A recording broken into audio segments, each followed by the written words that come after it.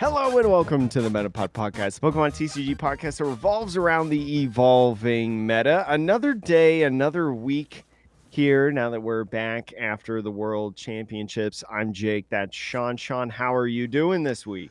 I'm good. I'm in a different place. I'm in Dallas. I'm here early just to see family. But yeah. Here for the One Piece tournament this coming weekend.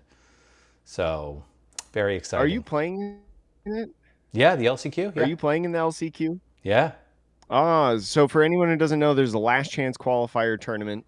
So which gives you an invite to the National Championships, which is happening the very next day. So Sean and I both going to be there, going to be rocking in the LCQ. We're not playing the same deck, unfortunately, but maybe I'll convince Sean to come around to my whack, funny deck. But no, he's not going to do it. There's no way.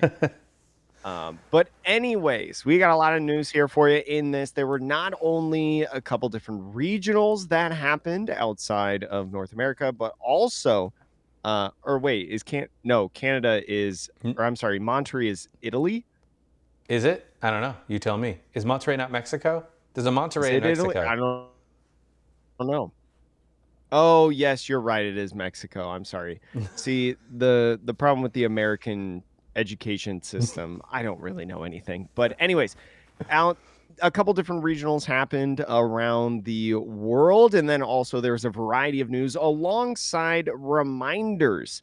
Right, to start out in this episode, we've got the reminder here for you. I promise I'd remind you guys of this the week of the Pokemon XP multi-day passes are going to be going on sale here on September 17th. So that's the day after this episode releases, that Wednesday, September 17th.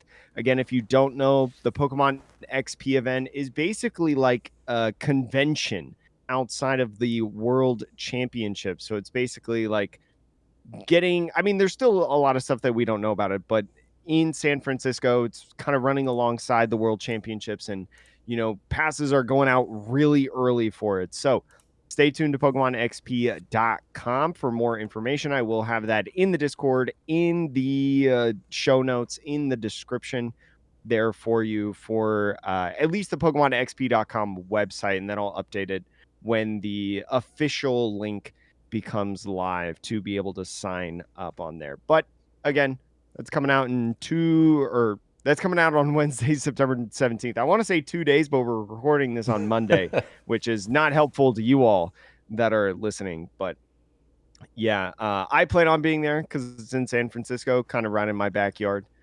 So yeah, I'm excited to check it out and learn more information about this. Yeah. I kind of want to know more about the distinction, the delineation between XP and Worlds activities. Like if it's like, yeah. So we'll see. We'll see. I suppose. Maybe. Especially in next week's episode, like I'm gonna get one of these tickets because I assume, and I would hope at least that, like, if let's say I sign up for a ticket like on that Wednesday first thing, and then 2 months later we find out that it's I don't know, like just a museum and whatever, right? Like the side events and nothing. There's nothing over there besides like viewing And Pokemon Center. Championship Arena and Pokemon. Maybe let's just say Pokemon Center's not there, because if Pokemon Center was there, I'd probably get a ticket. They did say that Pokemon Center would be there. We do know a few things. Oh, Yeah. okay. Well, Yeah. my assumption is that you'd be able to have, like, in November, I decided that I didn't want the ticket anymore. I'd be able to get a refund on it. But either if Pokemon Center's there, again, next week we'll cover much more information about that, or at least have a portion of the beginning of the podcast talking about it, because I assume we'll learn more later this week. Fingers crossed. Fingers crossed.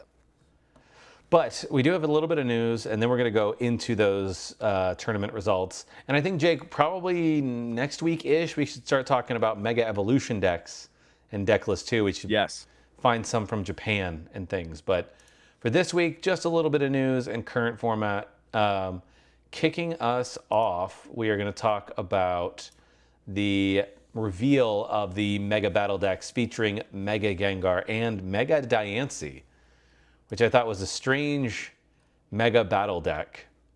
Personally, I was like, oh, that's an interesting choice to do Diancie as a It's whole deck. definitely yeah, it's interesting to do both of those. Mega Gengar, not really surprising because it's cool stage 2, but Diancie just being a basic Pokemon is like, "Oh, okay," but these decks releasing on October 24th, if you do not know, they will mostly contain reprints from Phantasmal Flames, so they're not exactly reprints yet. Once we get Phantasmal Flames, in there, it'll have a lot of repeat cards in that deck. It has been said on pokebeach.com, but some of the images that they've provided alongside, because before we didn't even have images or anything like that, these are going to be level 2 battle decks as part of their 1, 2, 3 level system. So you're going to get 2 as part of this, but also in there alongside the 2 mega EXs, you're going to get an illustration promo, which Oh, is going to consist of either Haunter in the Gengar deck or Meloetta, that's the Pokemon's name, in the Diancie deck. So really interesting that you're getting illustration rares. Sean, I don't know if you've seen what the Marnie's, what's the snack Pokemon? Oh my gosh, the mouse snack Pokemon. uh, Marnie's. Oh man, I can't remember it. My brain is not working right now. I know more Pico, Yeah, more Pico. Marnie's Morpeko. Okay, yeah, Morpeko. So the roof lately, it is actually just as much as the starter deck itself. So I think if you're just chasing these illustration rares, you might as well just buy the whole thing. Because I feel like these are going to be pricey based on how the market is right now. Um, yeah, it'll be interesting. So, this is what's weird. Do we know when the set release date of Phantasmal Flames is? Yes, Phantasmal Flames will release worldwide on November 14th. So So these it's going to be decks. curious because these decks released before the set comes out, but they're going to have cards from the set. Yeah, I wonder what the ruling will be on the legality of these products. I mean, usually when a product releases, the cards are tournament legal 2 weeks after that. Um, but Mhm. this is kind of weird because technically they will be regulation mark Phantasmal Flames, whatever that set is. So maybe these will be legal as like the only cards that are legal. And when is LAIC, the Latin American International?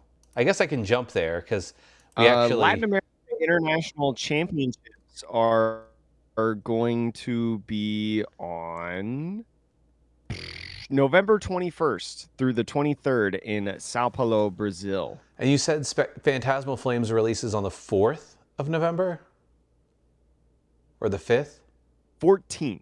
So it's only 14th. going to be a week out. So I think LAIC is not going to be Phantasmal Flames legal. Okay, so this is why I wanted to talk about this actually. So I have the LAIC article pulled up as well from PokeBeach, Jake, for your reference, because there's some cool Mhm. swag, a lot of Venusaur, Mega Venusaur merch, basically. So if you love Venusaur, if you're a Venusaur stan, this is the competition for you. But I wanted to mention it because the Mega Gengar and Mega Diancie, which are from Phantasmal Flame, are releasing early enough to be included in LAIC legality theoretically. But the rest of the set is Mhm. not. And that's really weird. So I kind of For want to. anyone who does not know, for cards to become legal in official tournaments, it has to be 2 weeks after the release date. Yeah.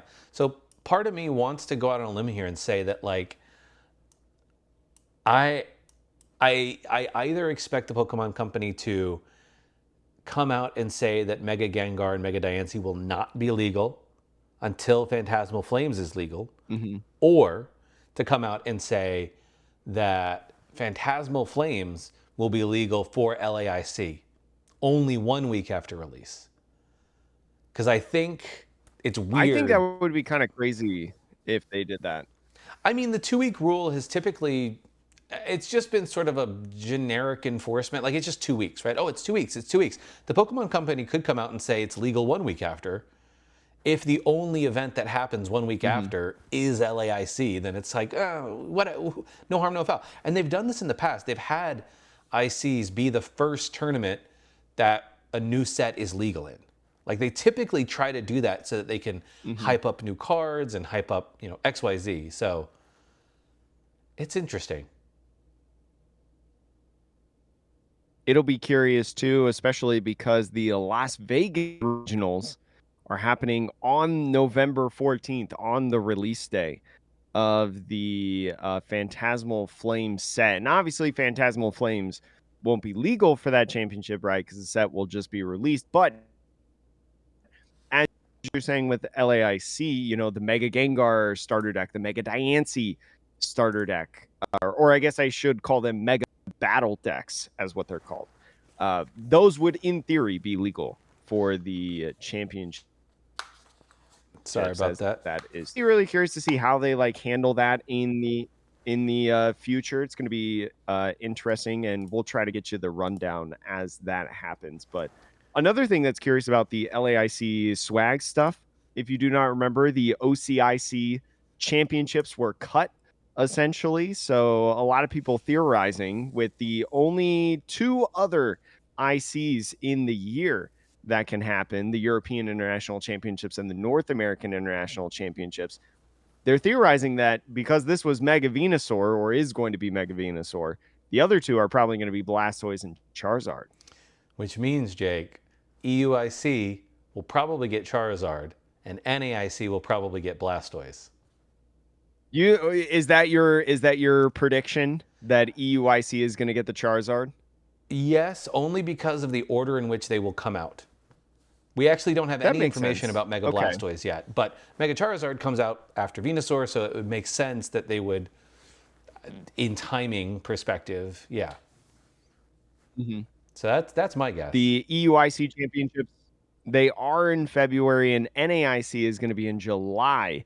So make sure to be wary on signups for that as well. And for Las Vegas, by the way, Arcane, as the day of recording this, did announce that signups for the Las Vegas Regional Championships are going to also be on Wednesday, the 17th, this upcoming week. So I will post that in the Discord and have that in the show notes as well if you want to go sign up for that, because I will definitely be there. Yeah, that'll be a lot of fun for you. I won't. I don't think I'm going to be joining this year in Vegas. I've done my two big card trips for Worlds and then this One Piece event, so that's where my trips have gone. But Jake, there's two It'll other news stories, but one other like news that is like product stuff that's pretty interesting. And I don't know if you've seen these plushy displays. So these Mhm. are like little plushies, and then they have like a little sort of soft card holder that you can put things in. And there's a Pikachu and an Eevee, and there's also going to be a Mew. And I will say, I just remembered, I saw plushy displays like this from Japan at a booth at Worlds. Really. Yes, and I didn't buy one because they don't. I wouldn't necessarily trust my valuable cards inside of them because they are not particularly rigid. So that's the only thing I'll say. But they were very cute. I didn't end up buying them, but like these little plushy displays though are like, I think they could end up being very cute if you just want to display a card that you really like but you don't think is worth a ton of money.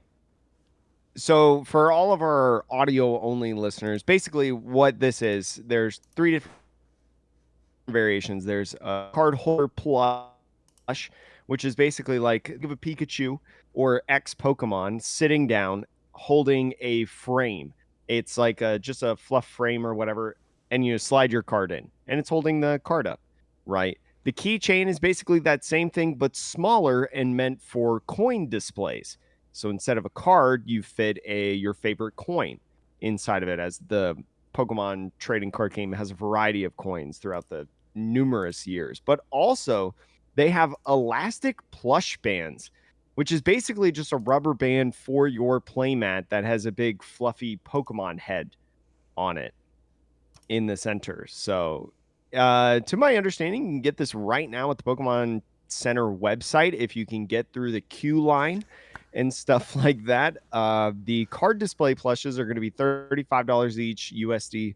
Coin displays 28 and the bands 25. I think the bands are pretty cool because if you have playmats that you're like, oh, I don't want to necessarily put this in a tube or something, you can just roll it up, stick the Mhm. little band on. It's that's actually pretty cool, kind of useful. I think 25 is criminal though for a price. for for an elastic band with a plush head, yeah, that's fair. That's valid. Yeah.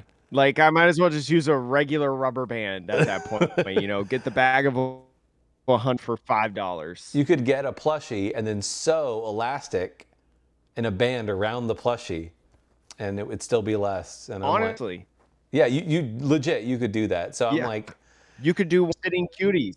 yeah, you really could. So yeah, I didn't think about the price. That is kind of wild, but if you got money to burn, if you look, if they release one of those promo cards again that you have to spend a certain amount at the Pokemon store, and you're just sitting there being like, oh, how do I hit that $22? I don't need.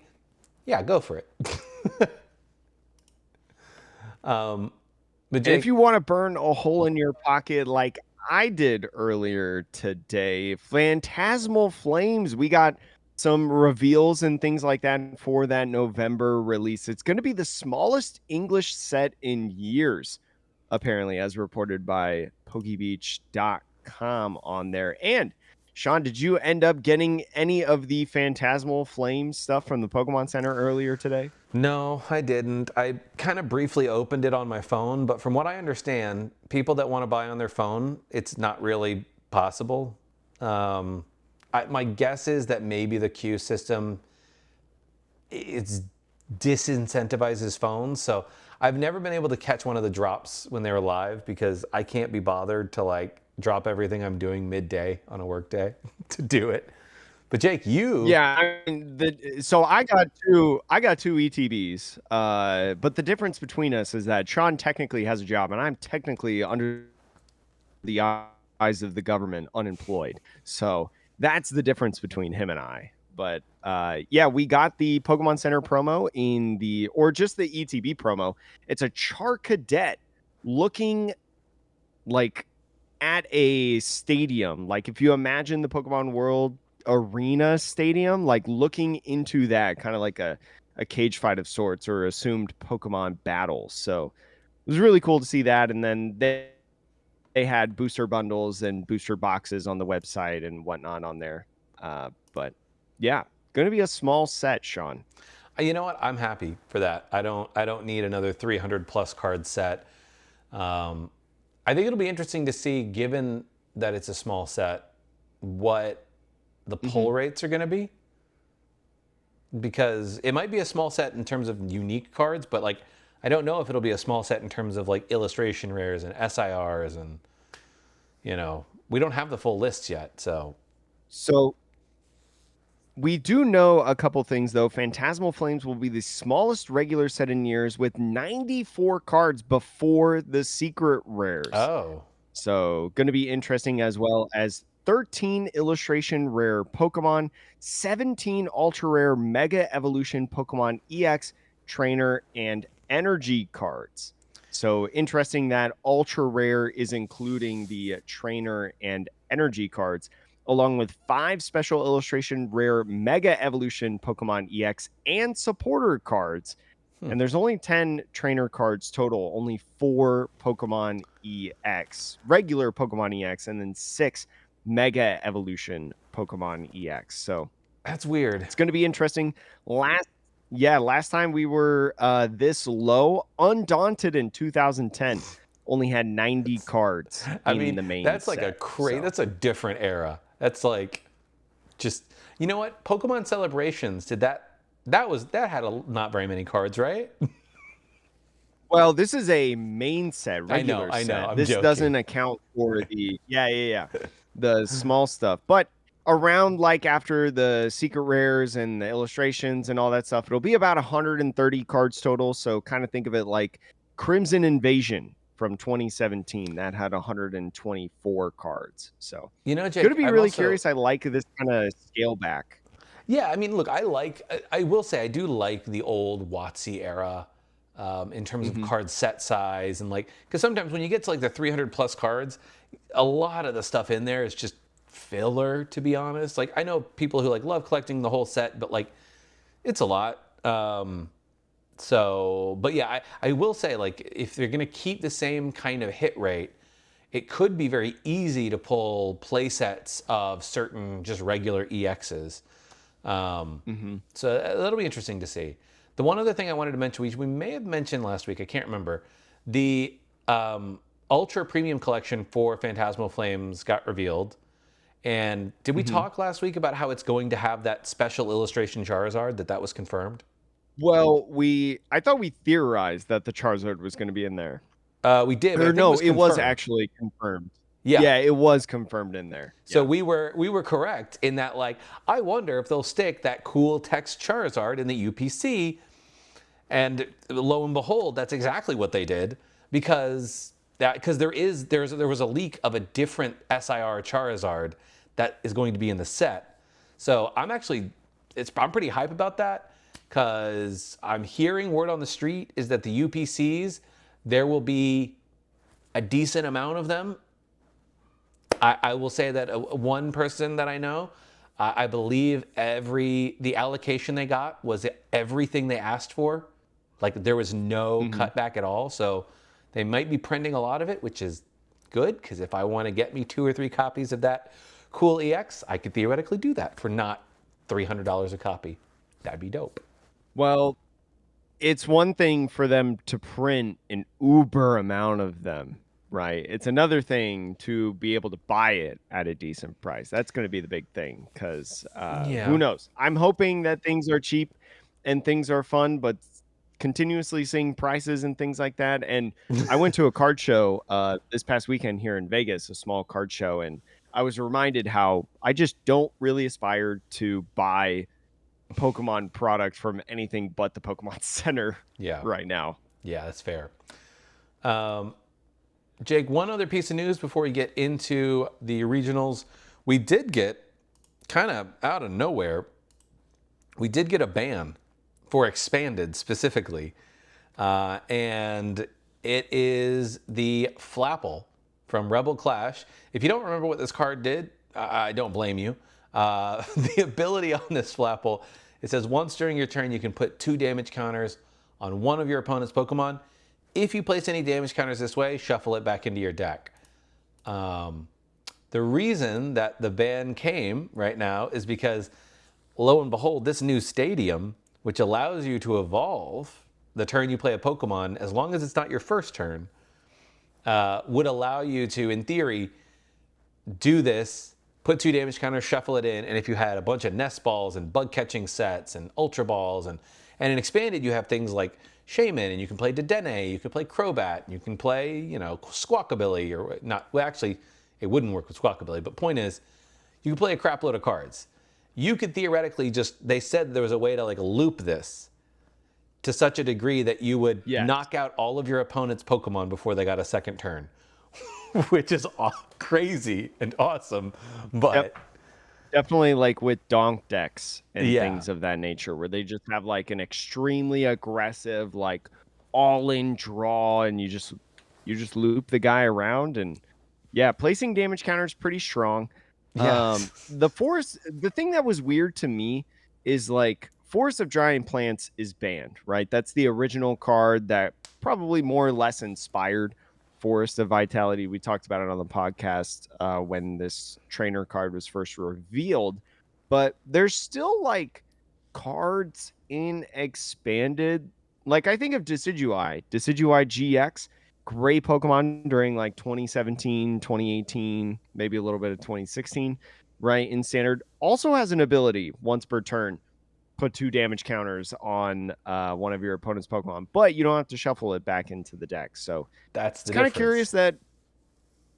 curious that Force of Vitality players can play that for the grass decks because we know there's also stuff like Vileplume that runs around in there with the one that prevents item cards from being played, or the one that doesn't take damage or effective damage from basic Pokemon. Both grass Pokemon that see a lot of play in expanded, or at least used to see a lot of play in expanded. But So, I guess with this one, uh, right? Like the difference with that is this card says you can't do it on your first turn. So you can't get mhm. Vileplume out before your opponent has a turn. Fine. So the item lock or ability, all that stuff, it's like you could have gotten there by just normally evolving with rare candy. Same with the Decidueye, right? Like it doesn't really allow you to do something fundamentally different. But this, with the Flapple, because you shuffle it back in, you can just keep evolving it like 20 times, 30 times in a game in one turn.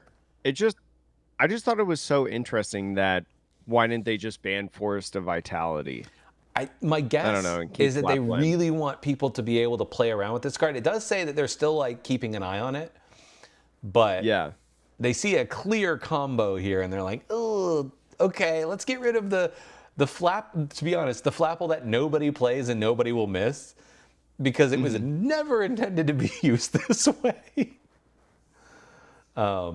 But It's yeah, definitely a interesting thing to see them also talk about expanded in general, right? I feel like it's once every blue moon nowadays that we hear about expanded format that is forgotten by the Pokemon Company, but yeah, all not it took was anymore. like a near infinite loop for them to be like, wait a minute, this format's Hold completely on, broken. for the few people that actually play expanded, Yep. let's give them something. Jake, shall we move into Frankfurt and then Monterey? Give us the We rundown, Jake. The overall highlight so of the weekend. we can kind of like talk about both of them at the same time because both of the decks that won both Frankfurt and Monterey were the exact same 60 cards, Sean. But not only that, in Monterey, number two was the same 60 as the two winners. And in Monterey, number four was the same 60 as the two winners and the second place finisher of Monterey. And Sean, do you know who created the deck, the 60 cards that got 5 out of the 8 top 4 placements this weekend, including 3 of the top 4 spots? Or I guess I should say 3 of the top 2 spots of the weekend in the regional. I do, and his name is John Cena. No, it's Henry Chow. That's right. Gardevoir dominated this past weekend. Dominated a lot more in Monterey, right? 4 of the Gardevoirs in top 8. But in Frankfurt, Rune was able to get his first big Masters win, an incredible player through juniors and seniors, and had done really well within Masters so far. But this being the first big win, taking down Tord Reckliffe in the finals with his Dragapult Dusknoir. So if we just want to pull up Rune's list, right, because Yep. it saves a little bit of time looking at all the other lists, right? In here, the thing about Gardevoir is there's nothing really crazy in here, I would say. There's not necessarily like some brand new tech card that was created. Nothing like that. In this list, though, in this 60, moving away from 4 Monkey Dories and going to 8 Psychic Energies. There are a couple other changes in here as well, but that's kind of the big one in there that I think a lot of people talk about. Another one of the ones that a lot of people talk about is there's 3 Bravery Charms now in the deck. Bravery Charm putting in huge work as we saw in the finals against Dragapult, keeping the little basics alive, just doing wonders within this game. So Sean, as you've been playing Gardevoir for a while, how's this list look like to you? I will say I had 3 Bravery Charms on my list for about 2.5 months, and that was when I was closer on Oh, so to like Brent Tonnison's list for maybe 4 months ago, 5 months ago. mhm. So that I think is a reversion back. The weird thing here, if I'm like looking at it and I'm like, okay, we've kept the Super Rod and 2 Night Stretcher instead of 4 Night Stretcher. That seems to be from Riley's Mhm. list and things, the consensus right now. But we've also lost Drifloon entirely. So even though you have these 3 bravery charms and you think to yourself, oh, like it feels like I should put Drifloon in because it can really take advantage of those bravery charms from a damage output perspective. But in reality, I having played it quite a bit myself, the Drifloon is like very situational, if I'm honest. Mhm. So I can see why it's been taken out. I think that especially if the majority of a meta is going to be Dragapult, which at least for Frankfurt was the most played deck in day 1 and day 2. So with Dragapult, you don't need Drifloon. You have Lily's Clefairy and a variety of options. You're fine. Terrabox, which also had a lot of success over the weekend, you don't really need Drifloon. You have Monkey Dory plus some other attacker, so you can move the damage and make your numbers. The only decks where Drifloon really matters would be things like Charizard, or you could maybe sneak a Marnie's Grimmsnarl early if they don't have a lot of damage counters on it from their own Frostlass. But those 2 decks, maybe you just take the L2. The other thing I'll note here, there is no TM Devo in the list, which I think Mhm. is kind of interesting because like Riley did like having a single TM Devo, and none of these lists have any. So I would say for that one, I would advise everybody here, like, think about your local meta. If people are like hardcore anti Gardevoir and they're playing a bunch of Goldengo, a bunch of Marnie's Grimmsnarl, and a bunch of Charizard, I would keep one TM Devo in because those 3 decks, like you're already in a bad way against those 3. But TM Devo can be the difference between winning and losing if you just Devo the right moment. So those are my It's thoughts. really a huge it's really a huge testament to not only Henry Chow, but his testing group in general to not necessarily just be creative in the deck build of putting in different techs and things like that that we're seeing, but like just trying to find out what the actual best 60 is from a card pool that is well known, from different ideas that have kind of, I don't want to say like already been explored, like it doesn't feel like we've gone back to a previous version of Gardevoir, but just doing so much evaluation, doing so much cooking, I guess you could say, to establish that okay, this is the best 60 in the room and the best call for, this specific weekend, this specific set of tournaments. It's really like this is definitely one of the top times that we've seen like of a single deck, I feel like. Yeah. And honestly, like we know that Pittsburgh Regional is coming up this weekend. Obviously, Mhm. Jake or I will not be there, Sadly. but I will say I fully expect Gardevoir. I have no reason, again, to believe that anything but Gardevoir will win. I think Frankfurt was a close one because a lot of the top table was not Gardevoir, but the one Mhm. Gardevoir that made it ended up winning. So I will say that there's a possibility if the people who run Gardevoir just get bad matchups and then just kind of get bounced from top cut early or bounced from day 2. Uh, but if one makes the top 8, I assume that that player is pretty good at the deck. It's hard to bet against them. Like, yeah, I don't know what you could say differently. I think Gardevoir is probably in the time that I have been playing, and from if I had to guess, this might be one of the best decks of all time.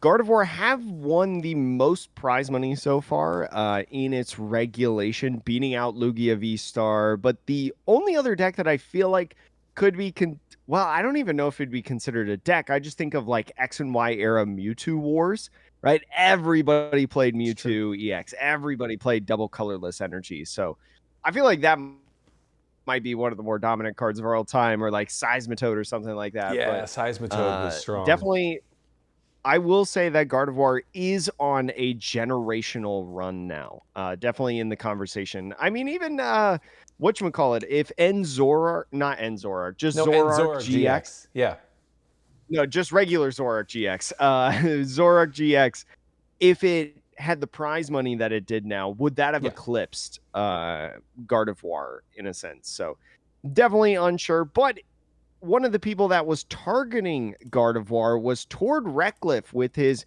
Dragapult Dusknoir deck. Now, he swears that this matchup was a 50-50 heading into the championships. And there's a couple things that we found interesting within his Dusknoir deck, including 4 rare candies, Sean, in this Dragapult Dusknoir list. I buy that 100% because I think against Dragapult, if you play too slow, the Gardevoir player, the thing is, the one thing about Gardevoir is that they generally take a couple of turns to get set up, to get their Gardevoir up, to get enough energy in the discard. It takes a little time typically.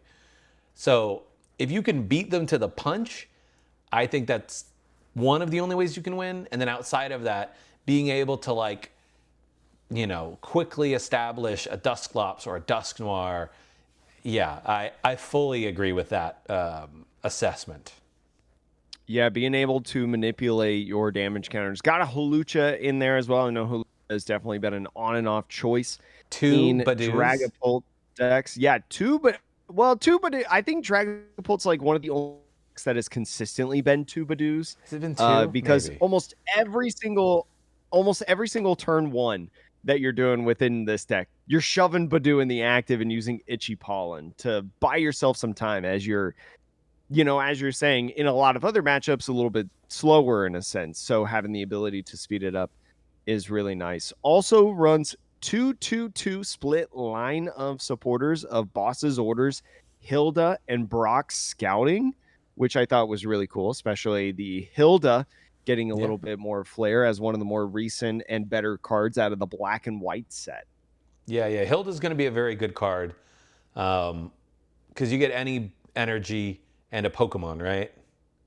Evolution Pokemon. Evolution. But Yeah. I yes, mean, any energy card and evolution Pokemon. so I just think that, especially with Megas coming into play, and you and I both discussed, like, it seems like there will be a window of time soon where special energies might become better and better as the Pokemon Company will maybe want to print some new ones.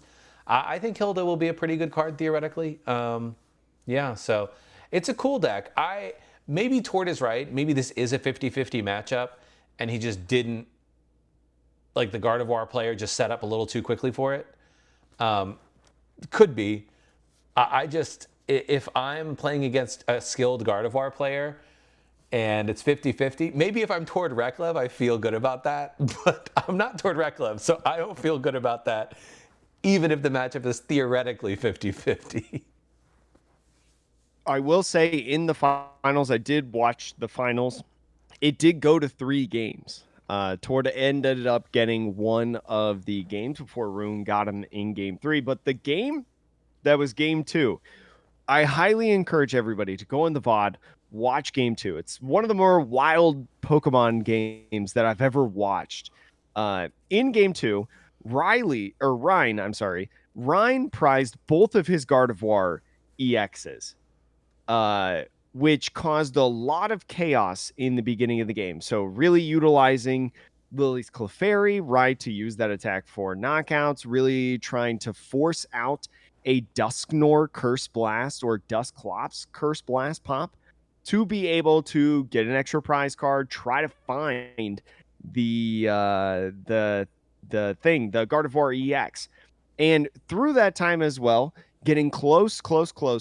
Eventually, Tord got to a point where he had to put up Blood Moon Ursaluna EX to be able to swing and take knockouts on the Pokemon, to which Rune said, okay, I'm going to Monkey Dory attack.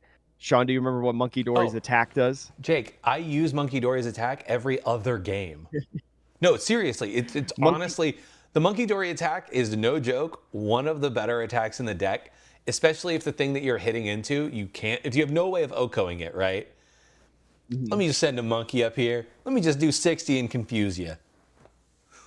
So getting the confusion on the Blood Moon Ursaluna EX, Tord actually had no more Night Stretchers to recover his Latias EX in the discard pile. So got the Blood Moon Ursaluna stuck, and the game was determined by coin flips of confusion to be able to knock out Monkey Dory for the final prize of the game in game two. So a little bit of a spoiler there, but it's an incredible game to watch, especially if you are thinking of trying to learn about your outs, right? Especially as a Gardevoir deck, because when you prize both Gardevoirs against Dragapult, a lot of players would just scoop immediately, but it was like one coin, one tails away from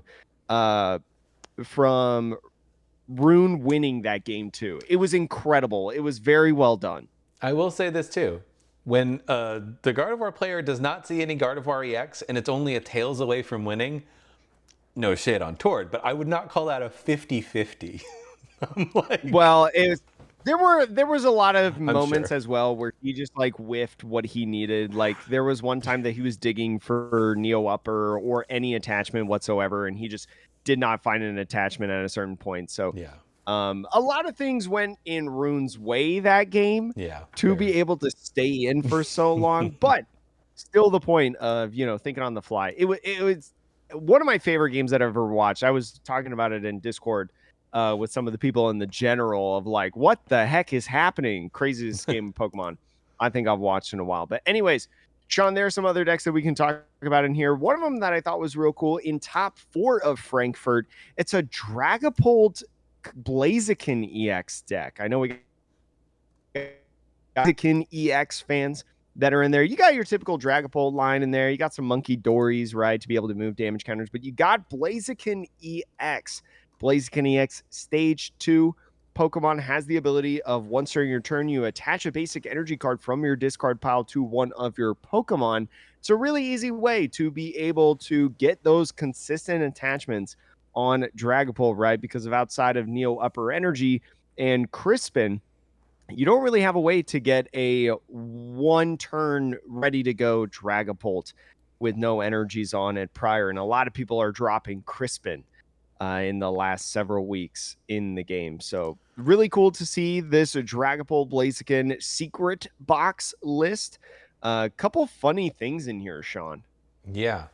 I'm like looking at it right now and I'm like, okay, I see the poison petulant Yep. and I'm trying to think of like, okay, I guess you could theoretically attach a dark, use Blaziken, use petulant to poison and then get those extra damage counters.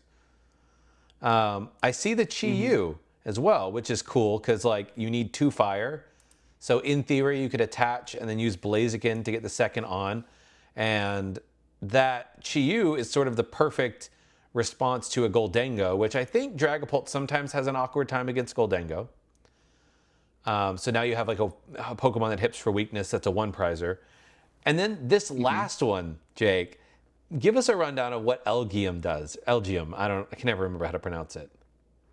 So Elgium, right, has been played a couple different times, and I believe also Sander played this card at Worlds in his control deck that he got top 64 with, I think it was. Okay. But anyways, this Elgium is a 60 HP basic psychic Pokemon with 1 psychic energy, has the attack Slight Shift, which is move 1 energy from one of your opponent's Pokemon to another of their Pokemon. So, especially in a matchup where the energies very much matter, right? I'm talking like Monkey Dory decks. You can very Hey, much move Monkey Dory Dark Energy to another Pokemon. I Get mean, that off Monkey Dory. let me read the card again. Move an energy from one of your opponent. Oh yeah, I guess you can do it from any Pokemon. I also think it's Yep. really good against Goldengo, right? Because you think Yes. about, Yes. yeah, Goldengo Correct. usually only runs 2, maybe 3 metal energy. So if you move them onto some random other bench sitters that are not Goldengo, like a Pheasantipity, for instance, um, just move a couple of metal energy there, and then game's over. They can't attack. Yeah. um, Exactly. Definitely an interesting tech card for some of those matchups where they only play a specific amount of certain energies and stuff. You can really stall out game plans and whatnot, especially if you trap something in the active. But this was really, really cool, especially with the Blaziken EX, because I think this is the highest placement ever for a Blaziken EX. I'd buy it. And I will say though, this is weird because I know they're running the TM Evo, but as a Dragapult deck playing 2 different stage 2s, only running 2 rare candy, which I'm like, kind of wild. Like the I Dragapult think that a was lot of that only Dragapults I running 4, but the double stage 2, just 2. I think a lot of that has to do with, like, you really only need one Blaziken online Yeah, probably, that's true. right, to be able to get that consistent, set of attachments off.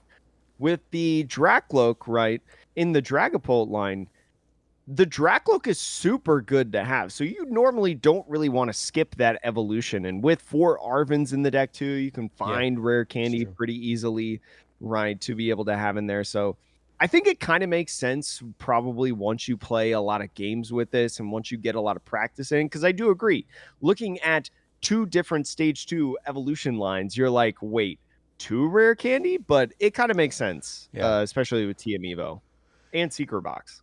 Yeah, it's a super interesting list. I think the other list, I think that a lot of people were very excited to see, and it did very, very well. I'll look at May's 7th place in Frankfurt, um, Mhm. which is Terabox. I think Terabox had a very strong showing at Frankfurt and at Monterey as well.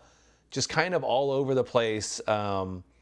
And it's just interesting to see this like a version of Terra Box. It's like it's got some of the pieces that we're used to, but it's got a few other pieces that like I'll just call it out right now, like a Pidgeot, a 101 line of Pidgeot EX to just go find whatever card you want on any given turn. So it's like, hey, you thought Noctowl was good? What if we did a different bird too? We're going to do both. What if you could have both birds? And it kind of makes sense, right? Fan Rotom can get a little Pidgey Yeah. onto the field with that fan call ability. And especially with a rare candy in there, just one rare candy in this list, it's almost always, I mean, the only thing that you can do is use it on Pidgeot EX. Yeah, it's interesting seeing this though. Like, Jake, what's your take on like why Terabox was so popular this weekend? I don't know if you heard people talk about maybe why. I don't fully understand it, but give us your rundown. I think Terror Box was one of those things that like a lot of people thought of when we first saw Terror Box, right? Over in Japan during that Japan championship when Tord and that crew piloted to a really well spot. I think it's just that same concept, right? Like if you looked heading into the weeks, a lot of people just kind of wrote that deck off as like, probably not overly great, but this variety of energies to be able to have a variety of attackers, just a toolbox style deck, right? You got the Pikachu EX, you have Teal Mask Ogre Pawn, 4 grass energies in there as well. So always kind of getting that energy acceleration and draw to get those extra energies on. You got stuff like Lily's Clefairy in there to be able to hit numbers on Dragapult. You've got the Blood Moon Ursaluna, which is a great attacker. Terapagos, good attacker for those Terra decks with big benches. Pikachu EX does good stuff. Even Teal Mask Ogre Pond right itself hitting into stuff like Charizard and Grimmsnarl, just really good. So, and also the Wellspring Ogre Pawn, the guy that can trap stuff in the active when a lot of people are dropping Turos, when nobody's playing Switch. Just puts it in kind of that same situation as it was before, to where like you get the Ditto start, you put whatever Pokemon you need in the front, and boom, you're cooking. Yeah, I will say the what are the Wellspring Mask Ogre Pond, the Water Pond, basically. Mhm. I think Yes. that's an interesting one in this matchup because of all the different Pokemon in the deck that attack. That's the only one that this deck is running 2 of right now. Hmm. And to me, that speaks to the importance of that specific attacker in a variety of matchups. Because to your point, you have Sob, trap something in the active, you can buy yourself time, or you can theoretically, in certain matchups, just end games like that. Because you can be like, hey, this guy's trapped in the active. I know you don't play Turo. I can't attack. GG's, shake, and then that's it.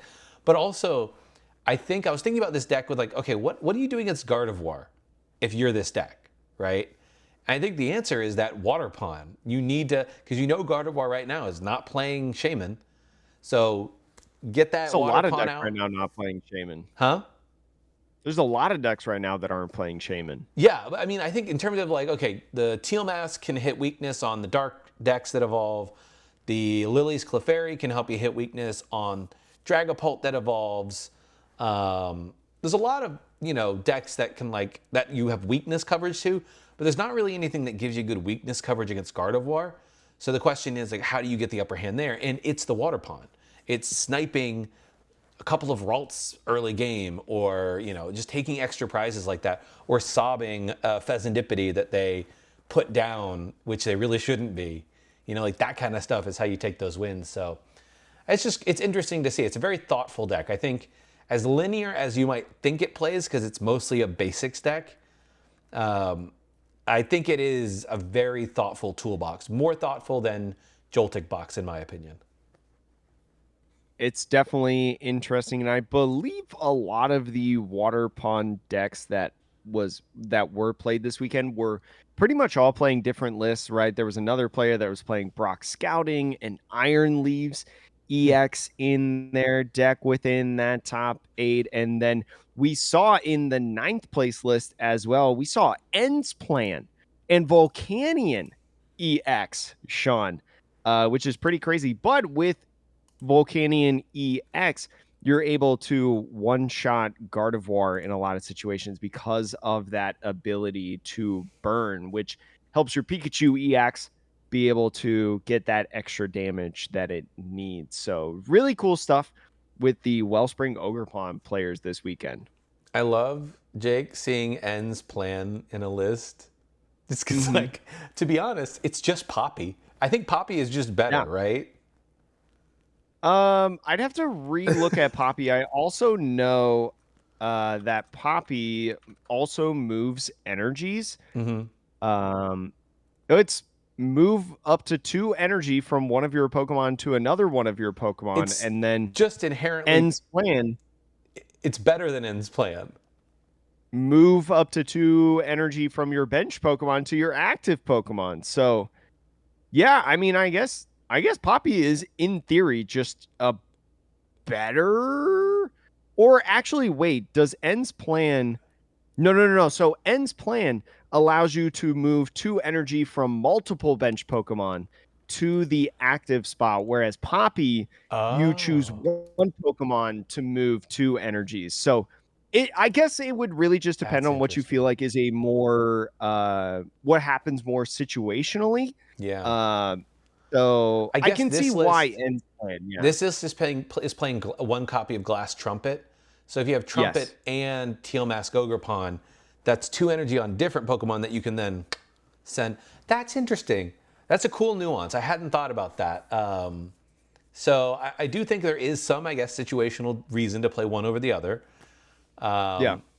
It's cool to see, though. It's kind of funky. Very cool to see. The only other list that I really want to, or maybe there's 2 lists actually that I want to look at because one of them really made noise. But first, I want to talk about the 11th place list from Frankfurt. A Greninja EX got 11th place at the Frankfurt Train. I think it's highest placing.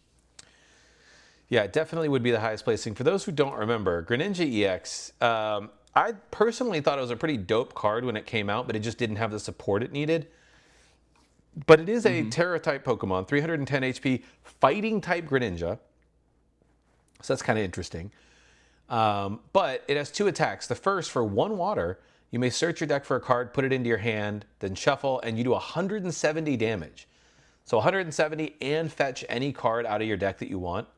And then the second attack, for a water and 2 colorless, you discard 2 energy from this Pokemon, and it does 120 to 2 Pokemon. So you get to snipe any 2 Pokemon, whether it's active and bench or 2 bench Pokemon, for 120 damage. And I think the card that this deck was missing, because I think before, Jake, if you remember, we had Boomerang Energy, which came out in this set, which was Yes. an energy that says if this would be discarded from an attack, you can put it back, I think, onto the energy, I believe, or onto the Pokemon in the active. I think it I was, think it was that or yeah. into your hand, one of the 2. But anyways, not present in this list. But like the problem with that is you needed 2 of them. So that's like effectively like unless you're playing, they think there's like a Giovanni's Charm or something that will attach an extra special. Point being, now that we have this new Ignition Energy, which came out, I believe, in Black Bolt White Flare, it provides triple colorless energy if it's attached to an evolution, but you discard it at the end of the turn, which is fine because you're going to discard it anyways with Greninja's attack. So I found that to be a really interesting thing for the player to playing this to notice, to be like, oh, cool, like I can go grab these out of the deck with Greninja's attack, I can get it with Pidgeot, and I can fix my math with the whole Dusknoir line. So very cool list. Hmm. As you're saying, playing 3 stage 2 lines in a 3-1-2 Greninja, a 2-1-2 Dusknoir, and a 2-1-2 Pidgeot line. Also, props to them as well, playing one of our favorite cards on the podcast, Tool Scrapper. Yay, Tool Scrapper. Tool Scrapper getting some recognition in this deck, but a very cool one if you want to go check that out on Limitless. But this other one, the 13th place list in Frankfurt, this I think was undefeated after day one. I think it either won juniors or won seniors, one of the two. Conkelder, Sean Conkelder getting a top 15 finish. Doing better than Raging Bolt, by the way. I just want to say that as a tier 1 Raging Bolt hater. Or now I am, I guess. But anyways, Conkelder, right, 180 HP, stage 2 fighting type Pokemon, has the attack Gutsy Swing for 250. It is a fighting colorless attack. But if this Pokemon is affected by a special condition, you ignore all energy in this attack's cost. So with the help of Brute Bonnet, right, being able to poison your own active Pokemon, Gutsy Swing, swinging for 250, no energy, and the Binding Mochi gets you 40 more damage. So you could hit 290, and you could play Gravity Mountain, which gives your stage 2 Pokemon on the opposing side minus 30 HP.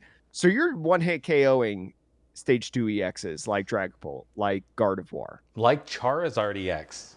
Yeah, Although, like actually, Charizard. is Charizard EX, does that have fighting resistance? I can never remember if the dark type has fighting Uh, resistance.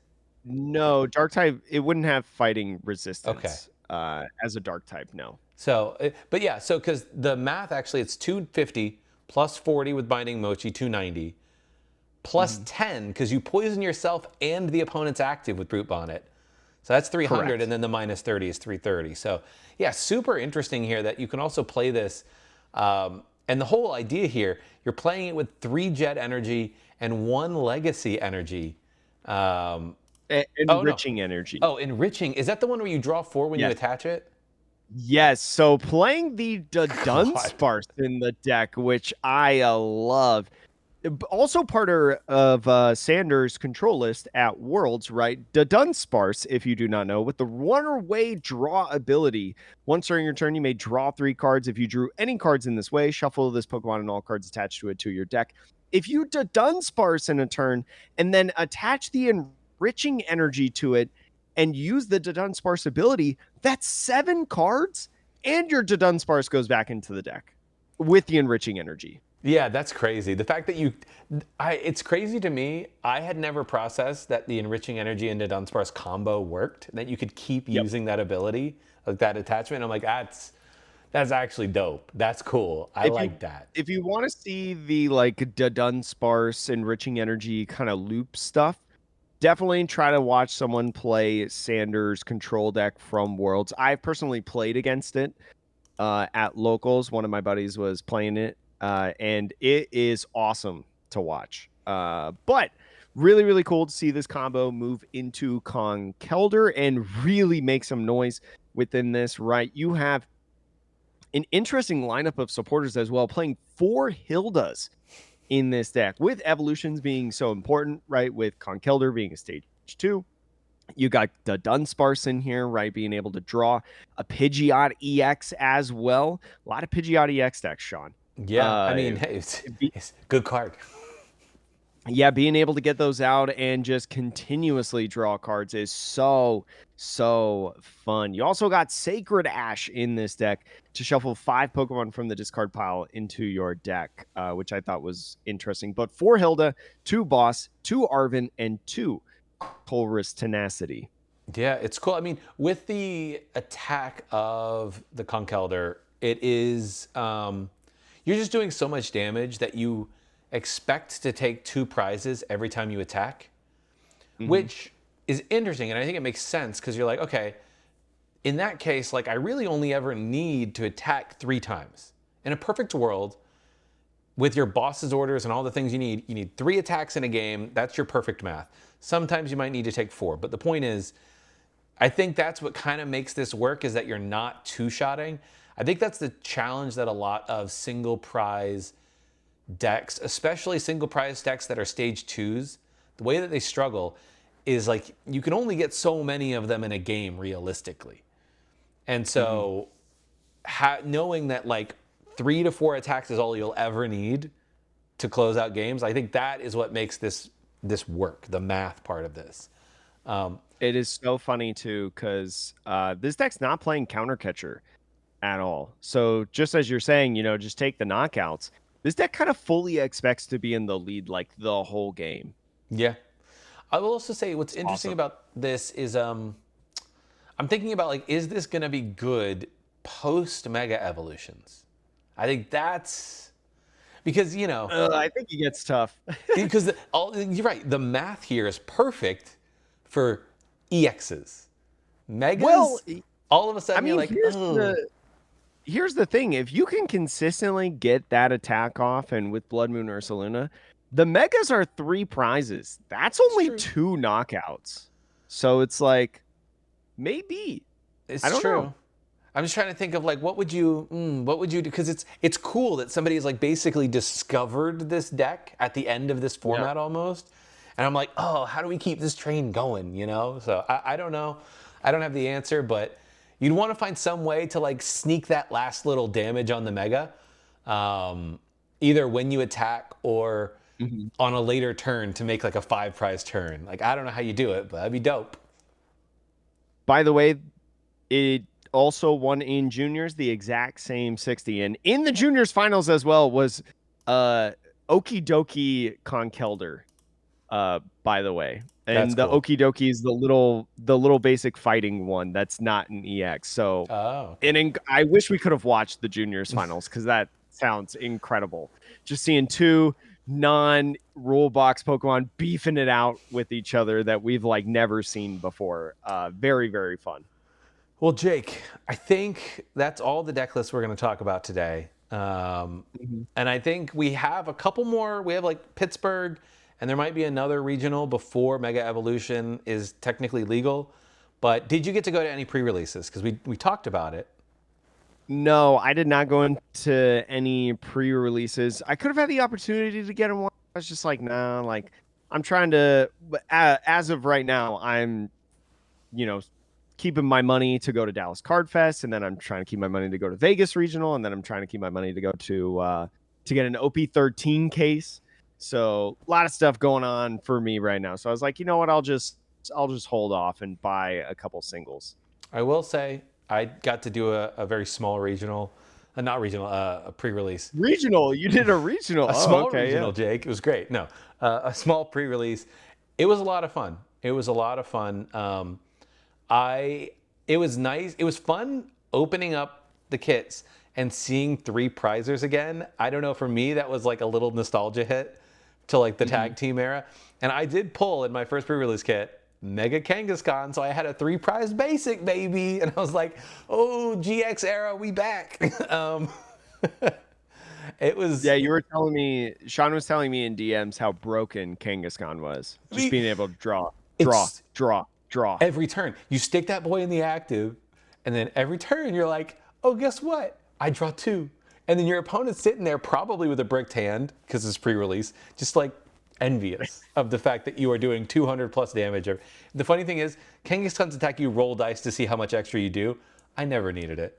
I was just like, the No, 200's you're enough. just yeah, you're just one hitting everything. Like unless they stick another mega in the active, like you're Yeah. just you're just clearing the board. Just having a good time, drawing two every single turn, looking outside. As your opponent plays, like I, just having some fun. But I will say that the format seems fun. Alakazam, the kit only comes with one Alakazam, which I think is kind of weak sauce. I think they should have Ah, given people. boo. Yeah, I'm like, Alakazam needs the cards in hand, and I'm like, you give me one Alakazam? What am I supposed to do with this? But anyways, overall, I think the kits are good. I think the Lunatone kit is very weak. Mm. That's my gut. Like the person who opened it was like, I don't know what to do with this. Like, especially with Meganium, like finding your stadium is actually pretty easy in that deck typically. And so you get it, you evolve pretty quickly, and you're like, what is Lunatone supposed to do against this? Like 70. Wow. You know, like, oh, it doesn't help. So that's the only one that deck that I would say is pretty weak. But overall, fun format. And there is boss in this format. There's boss in the kits, there's boss in the set. So Mm. if you're playing after listening to this episode, if you're going to like a later pre-release, just always keep in the back of your mind, your opponent could have boss.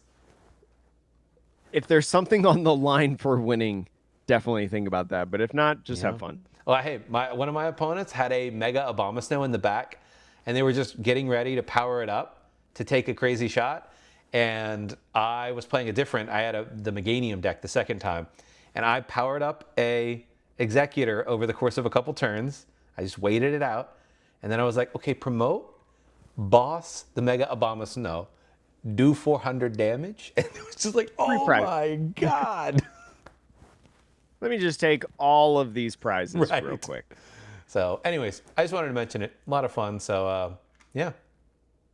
Some good stuff going on. And again, I will be updating the show notes and in the Discord when the Pokemon XP tickets and also the signups slash maybe waitlist or whatever for the Las Vegas Regional. The Las Vegas Regional is going to close pretty fast. So I would just say have your RK9 account ready the 17th at 7 p.m. Pacific time. But also, before we end, shout out to the Dallas Cowboys kicker, Sean's best friend, probably Brandon.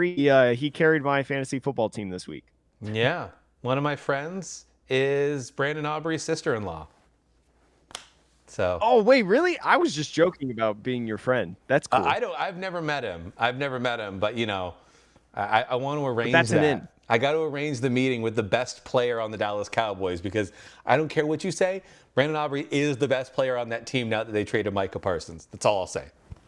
Yeah, I mean, he literally is my highest scoring player in fantasy football this week. And I'm projected to win. I have a 99% chance to win as Monday Night Football, or one of the Monday Night Football games is going on right now. Anyways, I'm Jake. That's Sean. Thank you so much for listening to the Metapod Podcast, Pokemon TCG podcast that revolves around the evolving meta. We'll talk more next week, and we'll see you later.